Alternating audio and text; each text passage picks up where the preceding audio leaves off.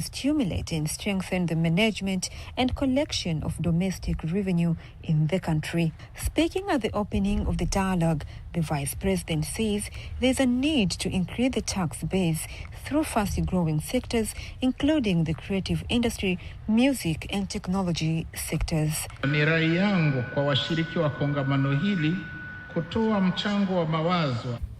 It is my humble appeal to the participants of this forum to share their opinions that will contribute to improving and strengthening good governance within the tax system. There is a need to broaden the tax base, especially in sectors that currently contribute very little, such as agriculture and the informal sector. For example, it is clear that there are many livestock keepers with large herds of animals, yet they do not pay tax.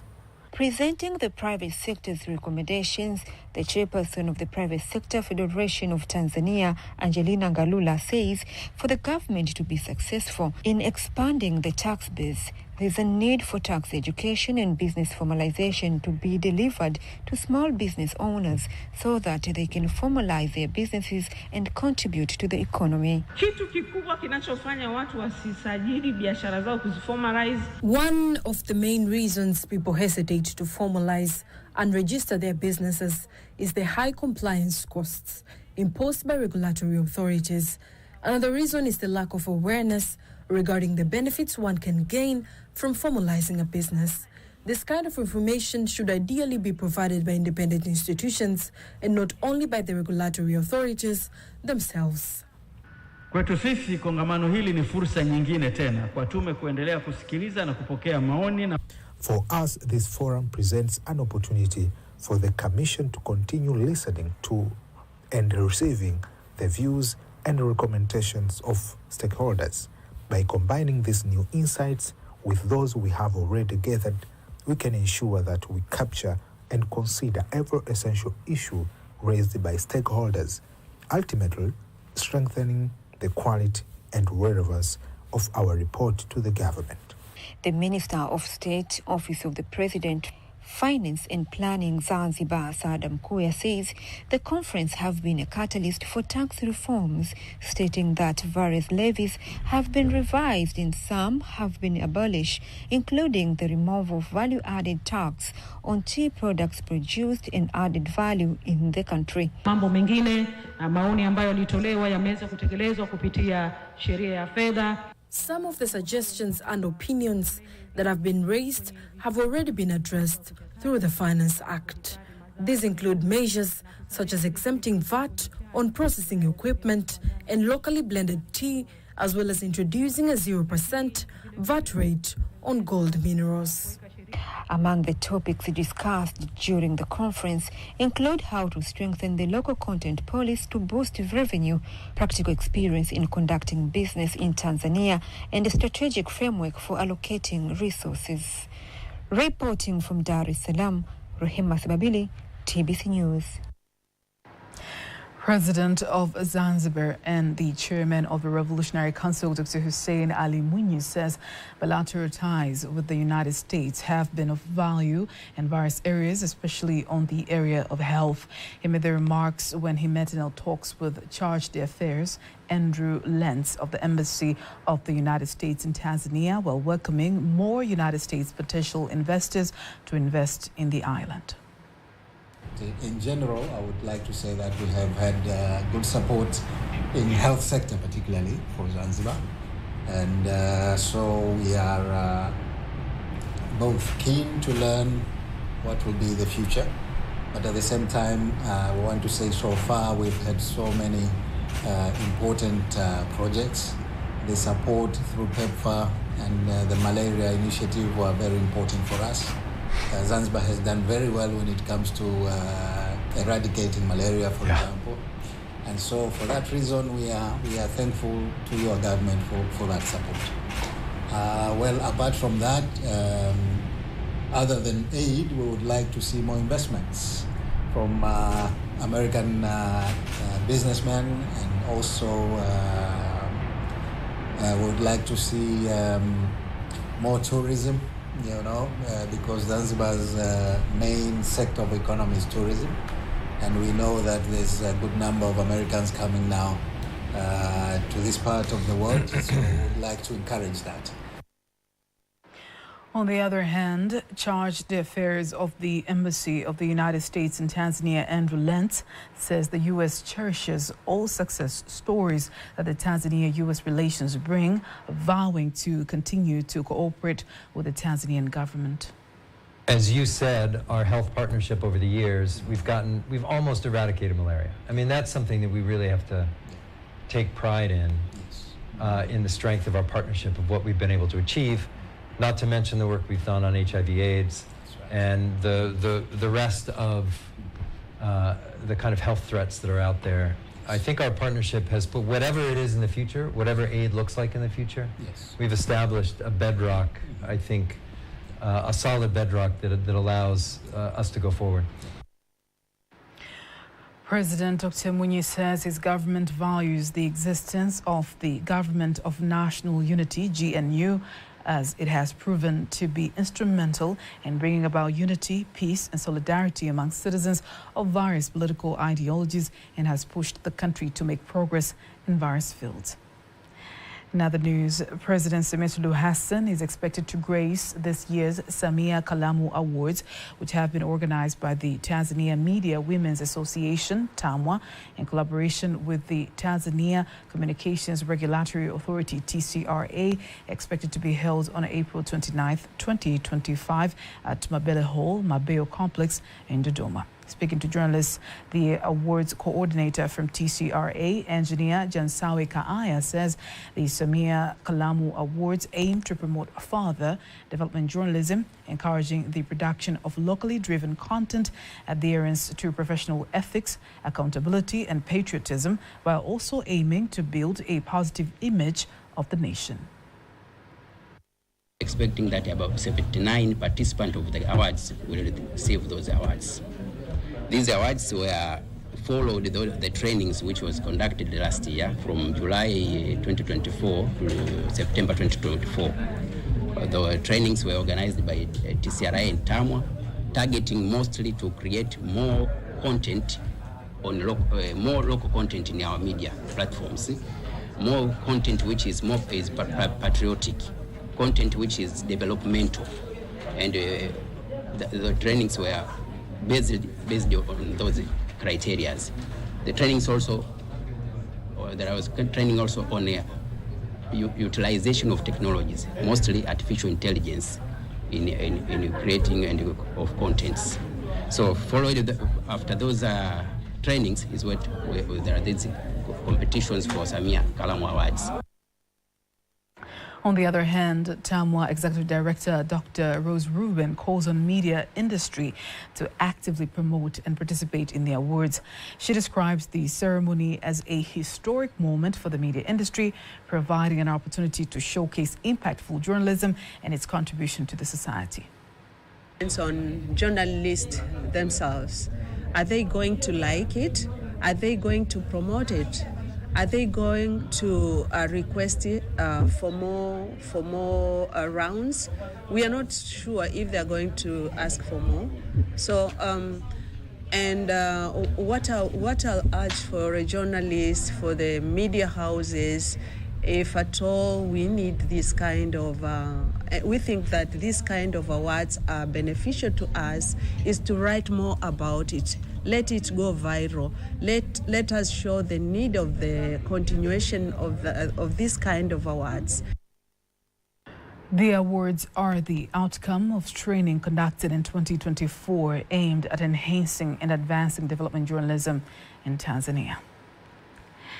The government of Finland and the United Nations Development Programme, UNDP, have signed a €2 million agreement to implement the Green Catalyst Initiative, a 2-year program designed to boost innovation, inclusivity and climate resilience in Tanzania's forestry and natural resources sector. Rioba Stephen reports. The agreement was signed today in Dar es Salaam by the Ambassador of Finland to Tanzania, Teresa Ziting, and Shigeki Komastubara, UNDP resident representative. The initiative will strengthen entrepreneurship support organization across forestry value chains, and according to the ambassador's meeting, the initiative will open up sustainable employment and income opportunity for women, youth in an inclusive forest sector. It will support startups and micro, small and medium-sized enterprises. And the program will provide these enterprises with seed money and offer capacity building in order for them to find further investments to grow. This is what we mean with catalyst, but it is both. It is both the seed money, and it also gives ways and paths to find further money for developing the enterprise. One of the achievements between our forestry cooperation has been the establishment of the Forest and Wood Industry Training Center in Mafinga. This we have established together with the Ministry of Natural Resources here in Tanzania. And in this center, there will be experts who will provide training and give advice in business management, also for the participants of the Fungua Green Catalyst Initiative. UNDP resident representative Shigek Komastubara described the partnership as a reflection of shared commitment to unlocking Tanzania green enterprises' potential. It emphasizes the importance of the innovation in addressing environmental challenges while empowering community to thrive economically. Create a more enabling environment for green innovation, especially for women, youth, and communities that are often left behind.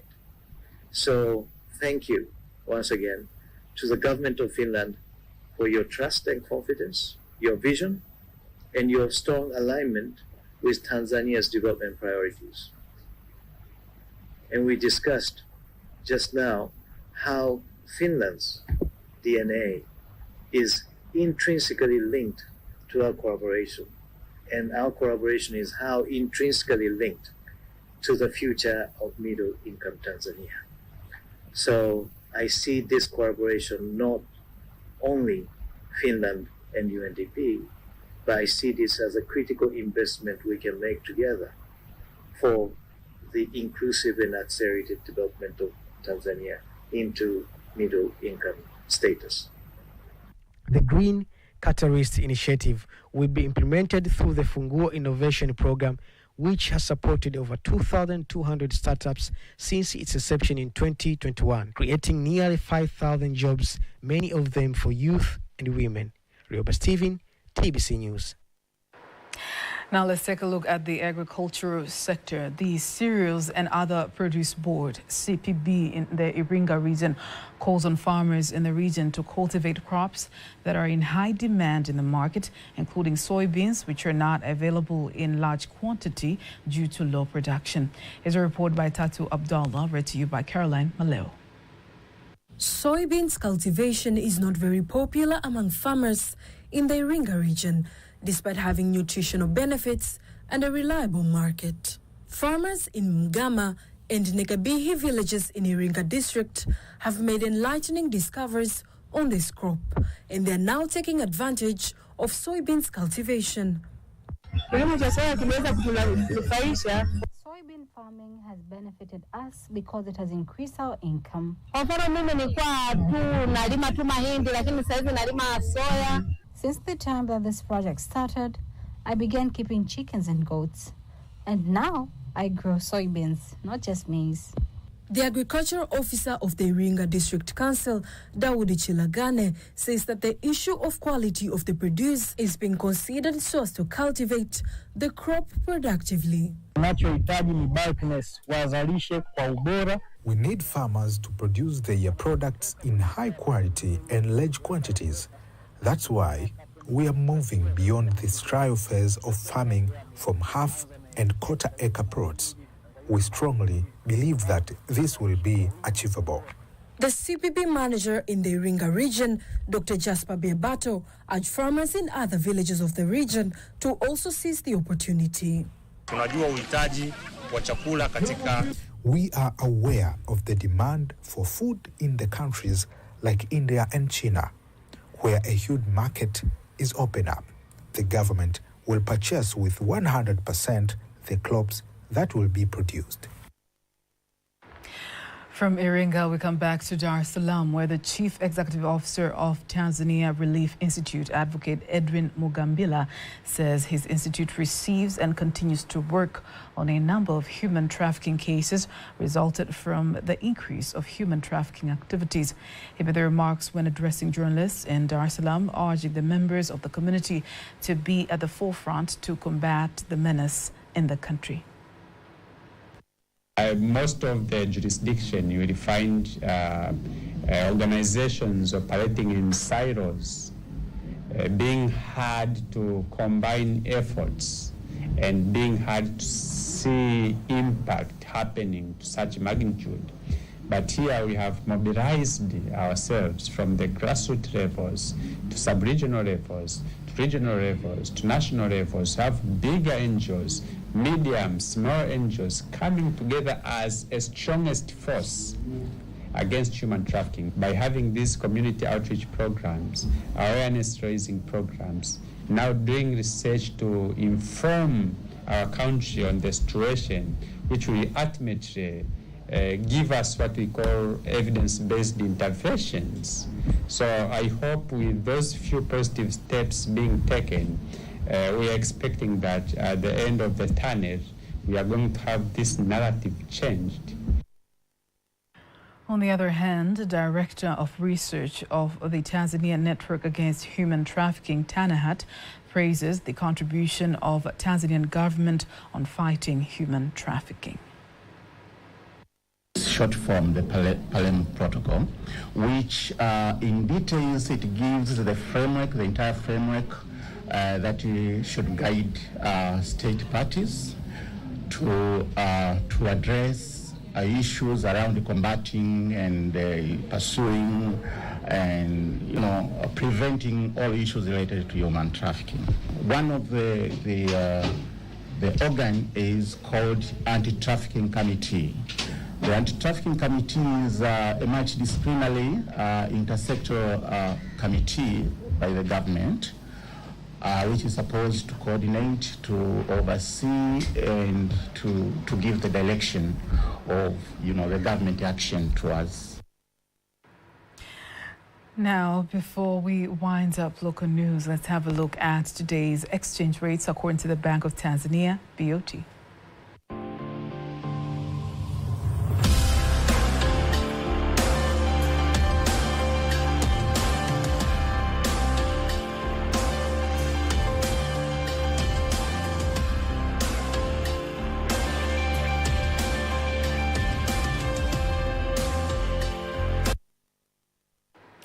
Do not miss TBC News every weekday to know all the latest in exchange rates.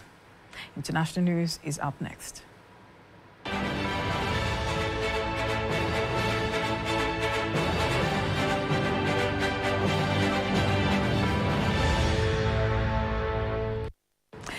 Now let's have a look at international news with Dodua Mohammed. Iran has insisted that the next round of nuclear talks between Tehran and Washington will take place in Oman, contradicting earlier reports that negotiations will take place in Rome. However, American officials have not confirmed the location of the talks yet.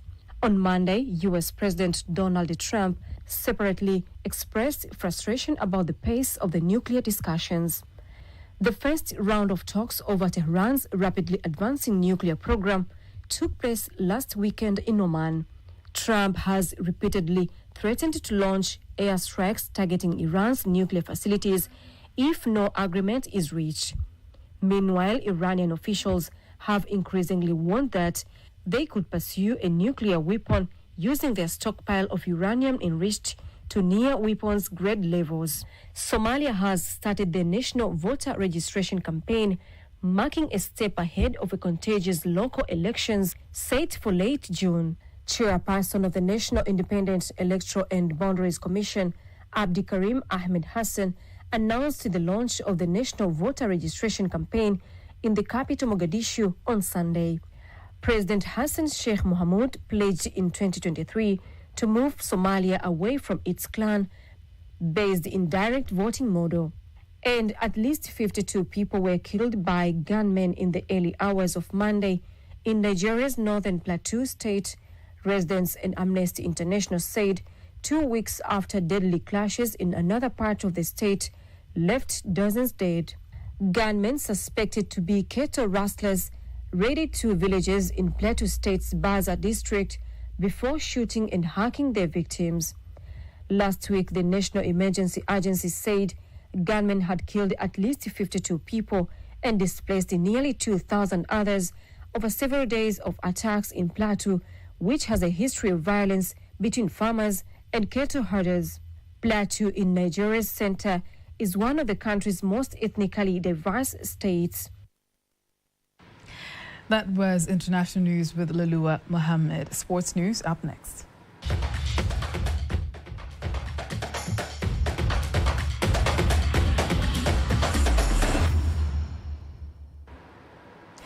And in sports news, Minister of State, Prime Minister's Office, Labour, Youth and Persons with Disability, Ridhiwani Kikwete, says a special Run for Sight marathon will be used to raise funds to support rural eye clinics. Minister Kikwete urges athletes, fans and sports stakeholders to show up in numbers to participate in the marathon so as to raise enough funds. Mbio kama hizi inasaidia sana kwa sababu marathon like this are very helpful because for us it's not just about the marathon itself but rather the fruits that come from the marathon. Those are what give it importance. For example, the funds that are used to purchase equipment, conduct medical research and provide treatment. This support will go a long way in helping the nation's workforce, especially children who are facing this challenge. In 2023, the Run for Sight marathon raised a total of 41 million Tanzanian shillings and successfully enabled eye screenings for 6,027 individuals. In other sports news, the Dar es Salaam Regional Commissioner Albert Chalamila urges residents of the city to turn out in numbers to attend the Tulia Trust Marathon scheduled to take place on the 19th of April as a way to promote health and prevent various illnesses. Chalamila adds that the race carries the spirit of supporting the president's ongoing efforts to encourage communities to engage in sports in different ways. Tutakimbia kwa pamoja, tujinoe tuone kama tuko fit. We will run together to test ourselves and see if we are really in good shape. If we discover that we are ready, then on 9th and 10th we'll head to Mbeya to compete and bring strong competition to the race. Good news, those who will show up the face for this Saturday practice will have their transport to Mbeya paid for. This is your chance to shine and show your potential. Don't miss it.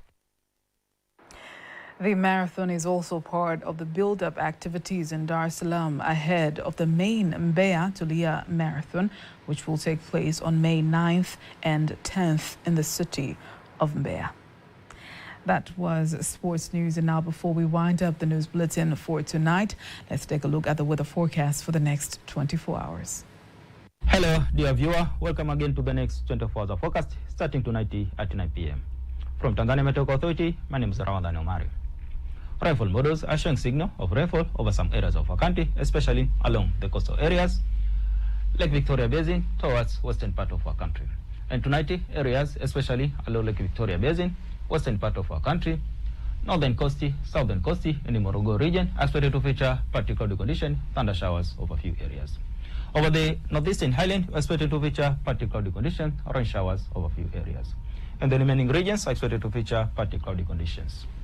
And tomorrow, areas along Lake Victoria Basin, western part of our country, northern coasty, southern coasty, and the Morogoro region are expected to feature partly cloudy condition, thunder showers over a few areas and sun period.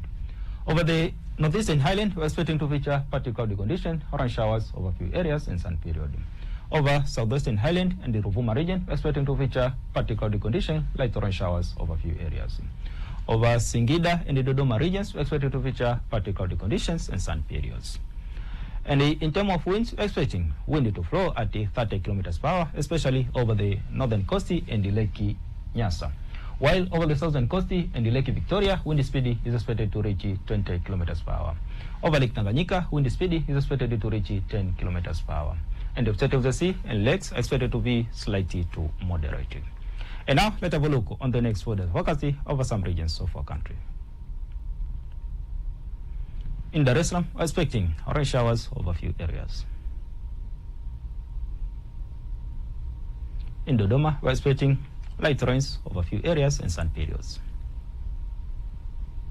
In Mbeya region, we're expecting rain showers and thunderstorms over a few areas. In the Mwanza region, we're expecting thunder showers over a few areas. In Kilimanjaro, we're expecting light rains over a few areas. Over Morogoro region, we're expecting rain showers over a few areas. And over Arusha, we're expecting light rains over a few areas. From Tanzania Meteorological Authority, that is all for today. Thank you for watching and goodbye.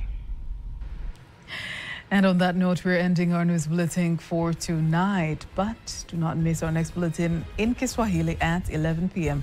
I am Faitha Ngaga. Good night.